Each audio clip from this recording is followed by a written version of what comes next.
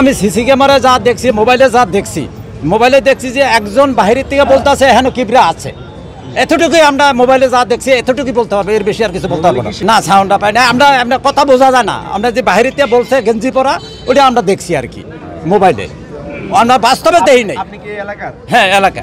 আচ্ছা, যারা ধরেন এই হত্যাকাণ্ড ঘটিয়েছে তাদের কোনো আপনারা জানেন কি এরা কারা হতে পারে? না ওইরকম আমরা চিনি না।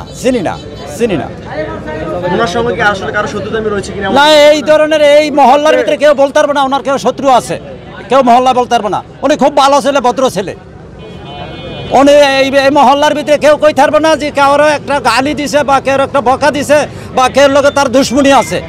এই মহল্লার ভিতরে এই যে ছোট থেকে গাদা এক লোকে চলে, এই যে অগবাসার হের বাসা এক লোকে। পদ্মা সেতু, মেট্রো রেল এবং এলিভেটেড এক্সপ্রেসওয়ে নির্মাণের গর্বিত অংশীদার বসুন্ধরা সিমেন্ট। কেউ কইতে পারবো না যে এই কিবরা কেউ ওর সাথে খারাপ আচরণ করছে, খারাপ ব্যবহার করছে। তাহলে এইটা এই যে একবারে ওর তার লগের লোকে এগুলো মানে আগের থেকে মনে কর পরিস্থিতি আসলে যে হ্যাঁ কেমনে আছে এই নির্দেশনা দিয়ে তারপরে আইনা হেন মারা হয়েছে। এটা তো একান্তই অনাকাঙ্ক্ষিত একটা বিষয়। কারা করছে এই বিষয়ে তো আমাদের বিন্দু মাত্র কোনো ধারণা নেই। আর উনি এখানে একজন প্রমিনেন্ট ফিগার এবং সকলের গ্রহণযোগ্য একজন ব্যক্তি, যথেষ্ট ভালো মনের মানুষ।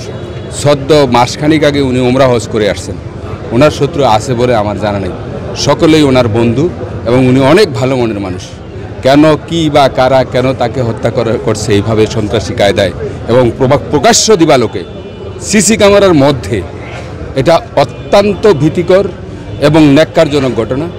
আমরা সাধারণ মানুষ এই ঘটনার তীব্র নিন্দা জানাচ্ছি এবং প্রশাসনকে আমরা বলবো যে অতি সত্বর এই ঘটনার সাথে যারা জড়িত তাদেরকে আইনের আওতায় এনে এক প্রকৃত শাস্তি দিয়ে তাদেরকে ফাঁসিতে লটকে মৃত্যুদণ্ড দেওয়া উচিত।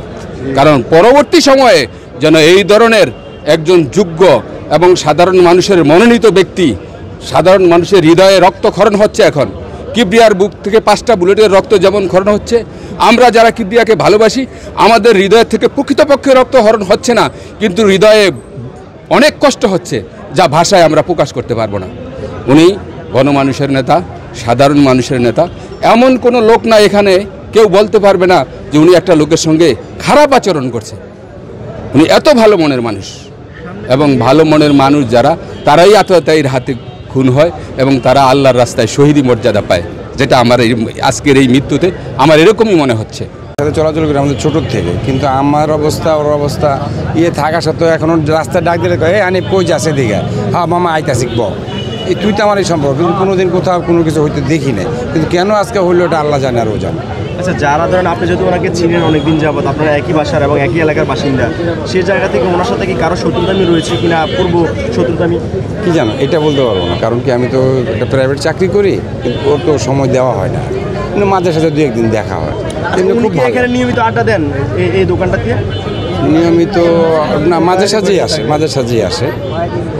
আজকে কখন এবং কিভাবে ঘটনা আপনি জানতেন? তখন আমি ছিলাম না।